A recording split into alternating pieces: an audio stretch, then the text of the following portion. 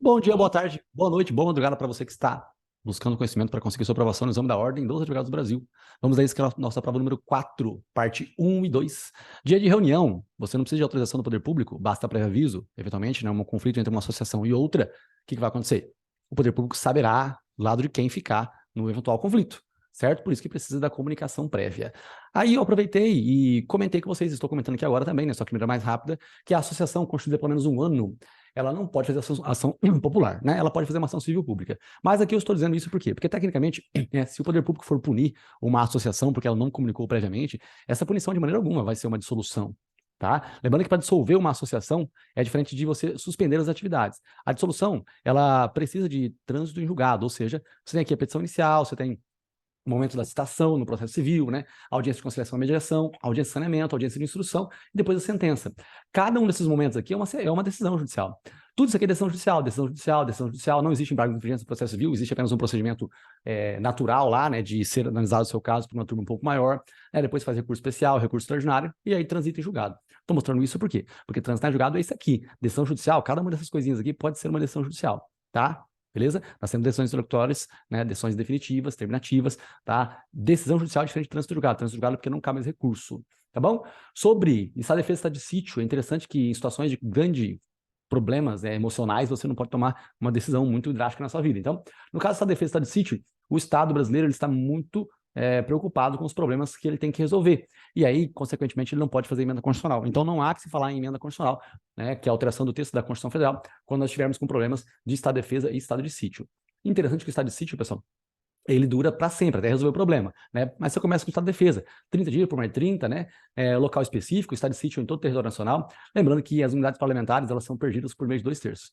Para o estado de defesa acontecer, primeiro o presidente decreta, depois o Congresso confirma. Agora o estado de sítio é diferente, né? Primeiro o Congresso autoriza para depois o presidente decretar. Aí nomeia lá assim, um interventor, o cara que vai administrar aquela localidade, né? Ou todo o território que esteja precisando de uma nova administração, tá? Gente, interessante aqui, que eu estava aproveitando e comentando com vocês, né, sobre quem é que pode propor emenda constitucional. Já que eu aproveitei para falar sobre uma limitação circunstancial à alteração da Constituição, eu acabei dizendo quem é que pode propor uma emenda constitucional. O povo não pode, mas o presidente pode, mais da metade das assembleias legislativas podem, um terço da Câmara ou um terço do Senado Federal, eles podem propor uma emenda constitucional. Tá bem? Lembrando que aqui tem a conjunção ou, né? Então, tecnicamente, você não há que interpretar sendo um terço do Congresso, e sim um terço da Câmara ou um terço do Senado. Um terço do Congresso é diferente, por quê? O Congresso ele trabalha de maneira conjunta. Em sessão conjunta, existe, por exemplo, derrubada de veto do chefe executivo, né? O processo legislativo inicia da Câmara, vai para o Senado, volta para a Câmara, se houver alterações substanciais, vai para o Executivo pela extensão vetar. Se ele vetar, pode ser que o veto seja derrubado por meio de maioria absoluta. Muito importante isso daqui, tá? Aproveitei e coloquei um contexto aqui dos casos de 2/3, né? Tem vários casos de 2/3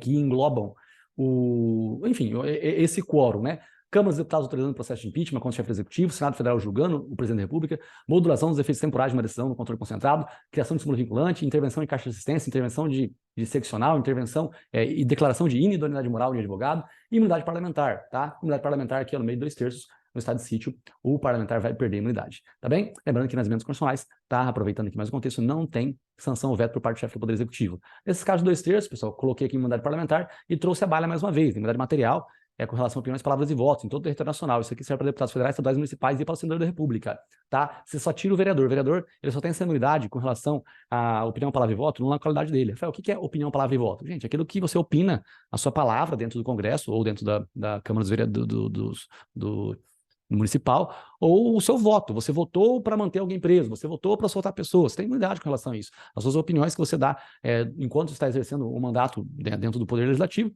elas são imunes a qualquer tipo de atentado, a não ser que você cuspa na cara de alguém, aí já quebra de decoro parlamentar, você já pode até perder, né, o seu cargo público. A imunidade formal com relação à prisão em processo. Prisão, né, você pode ser preso, mas a casa respectiva vai decidir sobre a prisão. E processo, o STF recebe a denúncia sim, para depois verificar se vai suspender ou não o processo pela casa respectiva também. Gente, publicidade dos atos da administração pública, né, tem alguns limites institucionais, proteção do próprio Brasil em si, né? Se todo mundo pudesse pegar qualquer tipo de informação, ficaria bem complicado.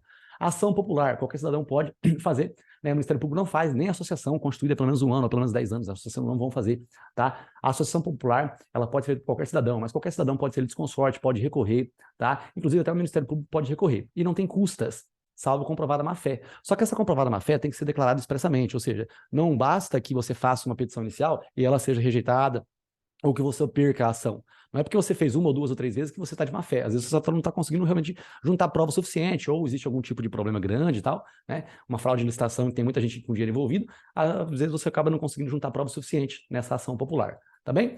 Bom, aí eu diferenciei, estou diferenciando aqui agora mais uma vez, essas nomenclaturas aqui, extremamente importantes, né? Sessão legislativa, legislatura, mandato e sessão conjunta. Sessão conjunta, eu já acabei de falar, né? O que é? Exemplo de sessão conjunta, o próprio Congresso derrubando o veto do chefe do Executivo. Tá? Agora, a sessão legislativa é o período de 2 de fevereiro a 17 de julho, e 1º de agosto a 22 de dezembro, dentro de um ano. Tá? Aqui, ó, 2023, certo? Mesma coisa em 2024, mesma coisa em 2025, mesma coisa em 2026, as mesmas datas. Tá? Agora, a hora que você junta as 4, aí você forma uma legislatura. Uma legislatura é o período de 4 sessões legislativas. Tá? E o mandato, pessoal, o que é mandato? Mandato é o período de 4 anos, certo? De deputado, senador, presidente, todo mundo.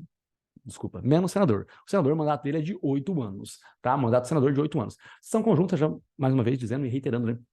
É quando o Congresso trabalha em maneira conjunta para derrubar o veto do chefe do Executivo, tá bem? Gente, interessante que quando você vai derrubar o veto do chefe do Executivo, é o seguinte, se o veto se aconteceu, por exemplo, em 2023, o atual presidente da República, ele vetou um projeto de lei importante, né, que foi passado dentro do Congresso. Passou aqui no Congresso, foi para ele vetar, foi para ele sancionar, vetar, ele vetou.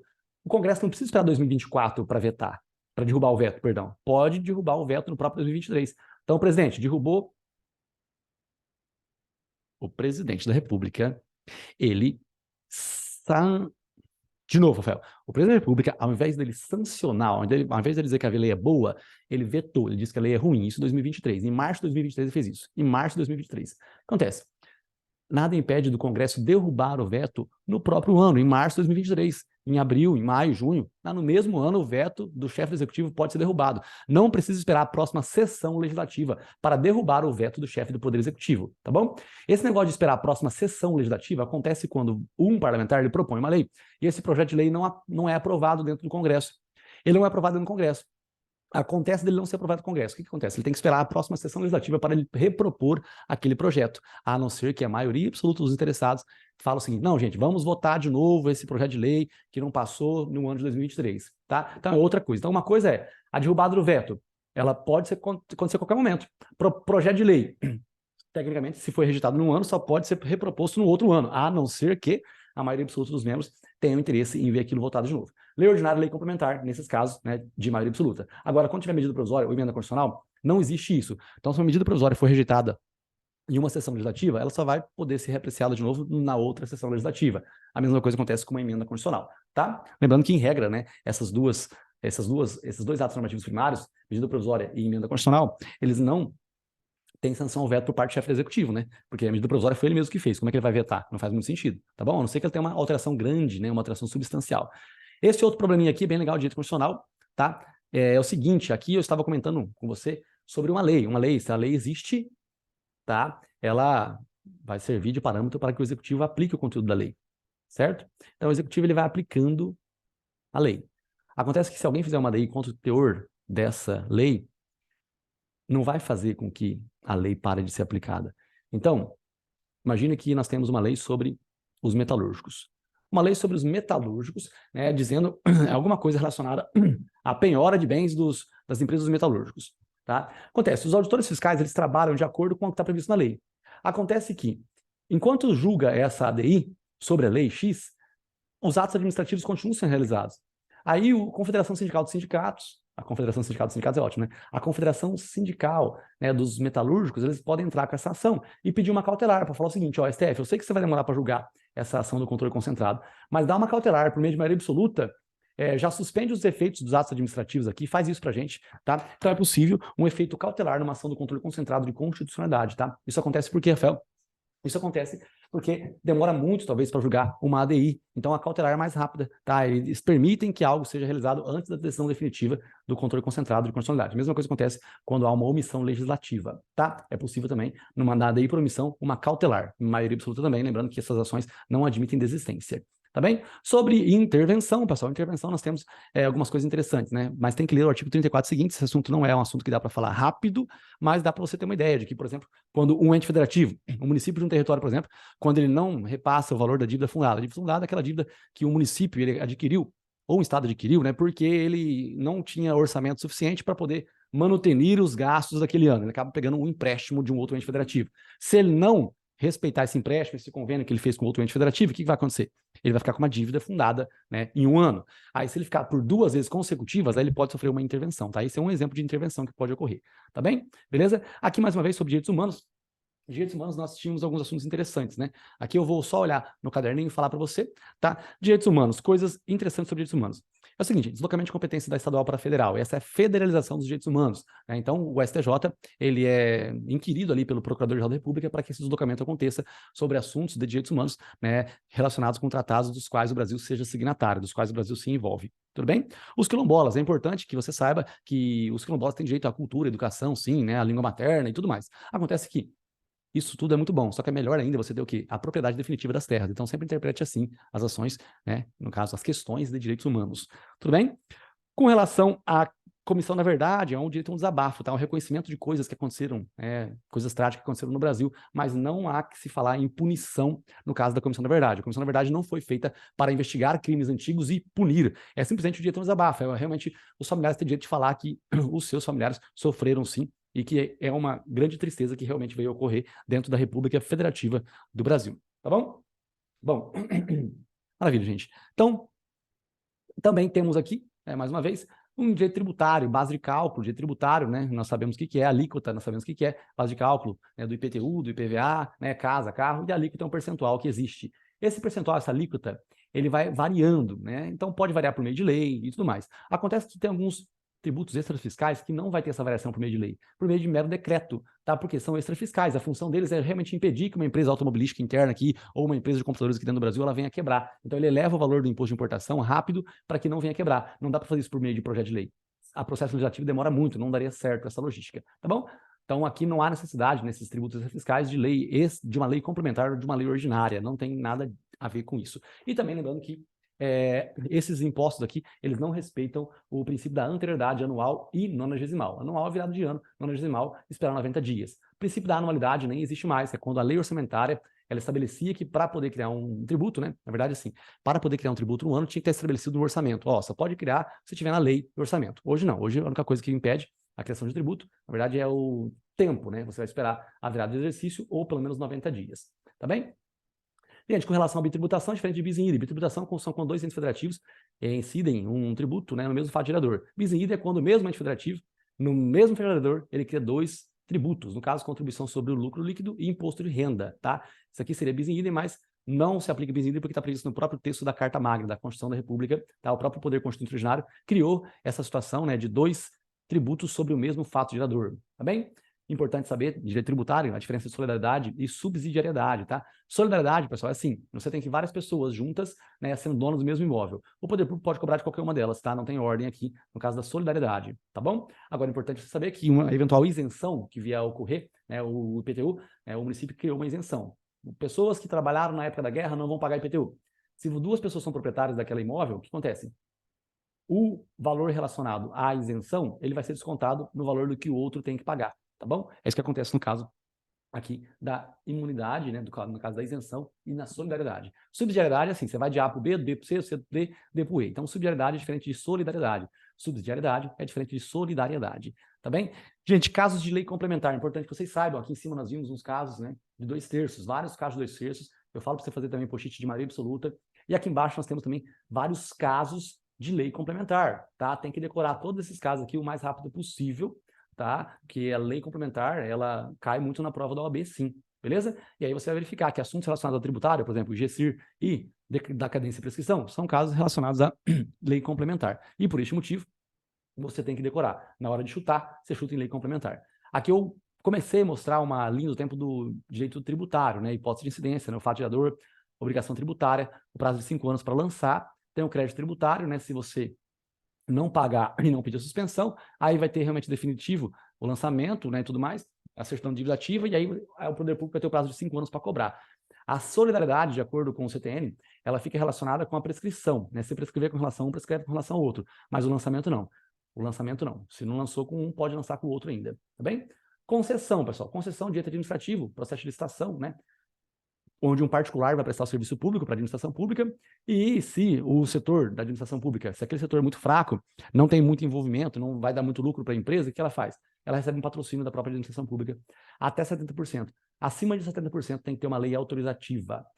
A concessão administrativa já é diferente, a própria administração pública que ela se vale daquela criação, por exemplo, do presídio, né? Você não ia cobrar uma tarifa do presidiário para ele ficar na cadeia, né? Na verdade, ao invés de cobrar uma tarifa, ele tem até direito a auxílio reclusão se ele contribuiu na Previdência antes de ser preso, tá bom? Bom, concessão de obra pública, também obra precedida, né? Prestação de serviço público precedido de obra pública também existe, tá?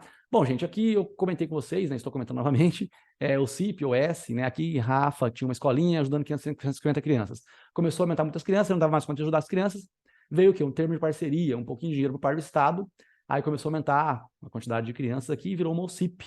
E para virar uma OS, um S é maior do que um terminho de parceria, um contrato de gestão. Gente, não é necessariamente nessa ordem, não. Só estou mostrando para ver para ter um pouco de sentido para a gente decorar, né? Você tem ali, cuida de 50 crianças, pega um pouquinho de dinheiro, termo de parceria. Agora, para pegar muito dinheiro, já é um contrato de gestão, já é algo maior. Inclusive, tem seção de servidores públicos aqui. Contrato de gestão é algo bem maior do que um simples termo de parceria, tá bem? E aí, nós temos aqui sindicatos, igrejas, OSs e partidos políticos não podem ser OCIPs, tá? Não podem ser OCIPs. Tudo bem? E mais uma vez aqui, reintegração, né?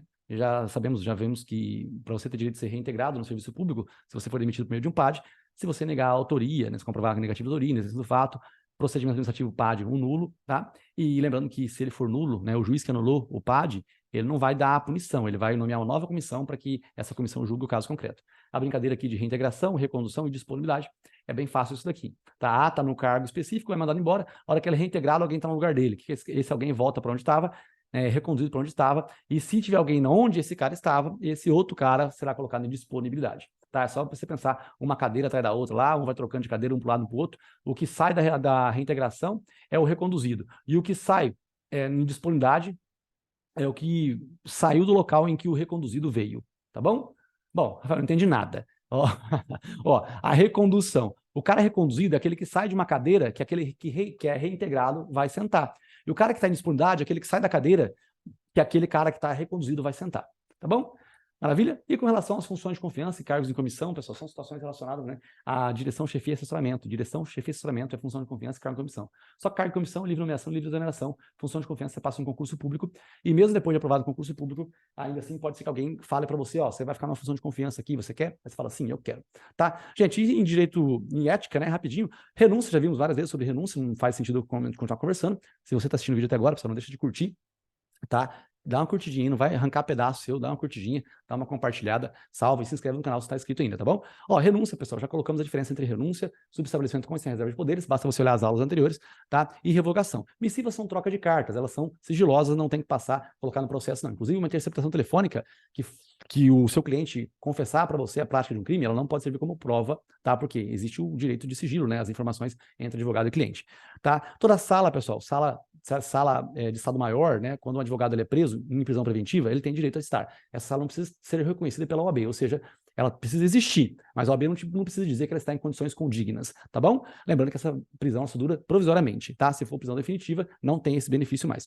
Prefeito, lembrar que o prefeito, ele é um caso específico de incompatibilidade com o exercício de advocacia, tá? Assim como juízes que saem de licença. O cara, enquanto está de licença ou de férias, não pode advogar, tá bom? Diretor de uma autarquia também, ele é um incompatível com o exercício de advocacia. Juca, por fim, virou gerente, lembrando que o policial, no caso, ele pode advogar em causa própria, se eventualmente ele pagar anuidade, acaba não compensando, né? Sobre espera, né? 15 minutos você tem que esperar no caso de direito trabalhista, quando o juiz não está presente no prédio. Agora, quando é processo civil, processo penal, você tem que esperar 30 minutos, tá bem? Estagiário, pessoal, não pode despachar com o juiz, ele paga anuidade, lembra? Estagiário é aquele estagiário que faz tudo igual ao advogado, é aquele estagiário que tem carteira azul, certo? Que tem que prestar o juramento lá, solenidade, né? Personalíssimo, tá bom? Esse estagiário aí, ele pode fazer carga de processo em nome próprio, tá? Só que ele não pode fazer despacho com o juiz, ele não pode chegar no juiz e falar assim, juiz, ó, eu quero que você tome tal providência aqui, você poderia rever o que você fez? Tá? Tipo, um estagiário não pode chegar no juiz e falar, você poderia rever o que você fez? Tá, isso não tem cabimento. Beleza? Seria até uma ofensa, assim, né? Estranho seria isso. Ó, aceitar outros advogados, né? Você não precisa aceitar outros advogados. Se você está advogando uma causa, não é porque o filho do seu cliente passou na OAB que ele vai advogar com você, tá? Você não é obrigado a aceitá-lo. Tudo bem? Beleza? E é possível que você encaminhe e-mails para os seus clientes, se você eventualmente trocar a localidade, né? Você estava morando com um escritório local, foi para outro local. Você pode trocar e-mail com seus clientes. E sobre depoimento, né? como advogado, você sendo testemunha, né? Será que você pode falar tudo que você ouviu? Em regra, você não pode. Fala, mas e se o cliente permitir? Se o cliente permitir, você pode. Mas e se ele solicitar? Aí é legal, porque, olha só, se ele permitir, você pode falar. Certo? Se ele não permitir, tecnicamente é sigilo, você não pode falar. Agora, e se ele, além de permitir, ele está solicitando para você falar? E aí, óbvio que você tem que falar? Não, você tem a faculdade de falar, você não é obrigado a falar, mesmo se ele permitir, mesmo se ele solicitar. Beleza? Fique ligado então com essas dicas, pessoal. Foco for CF, depois de muito estudo. Um beijo do Magro. Espero que você tenha acompanhado o conteúdo até o presente momento. Tá? Qualquer pedacinho que tenha ficado confuso, não deixe de fazer pergunta, porque é assim que você consegue sua aprovação. É isso aí. Até mais. Beijo do Magro.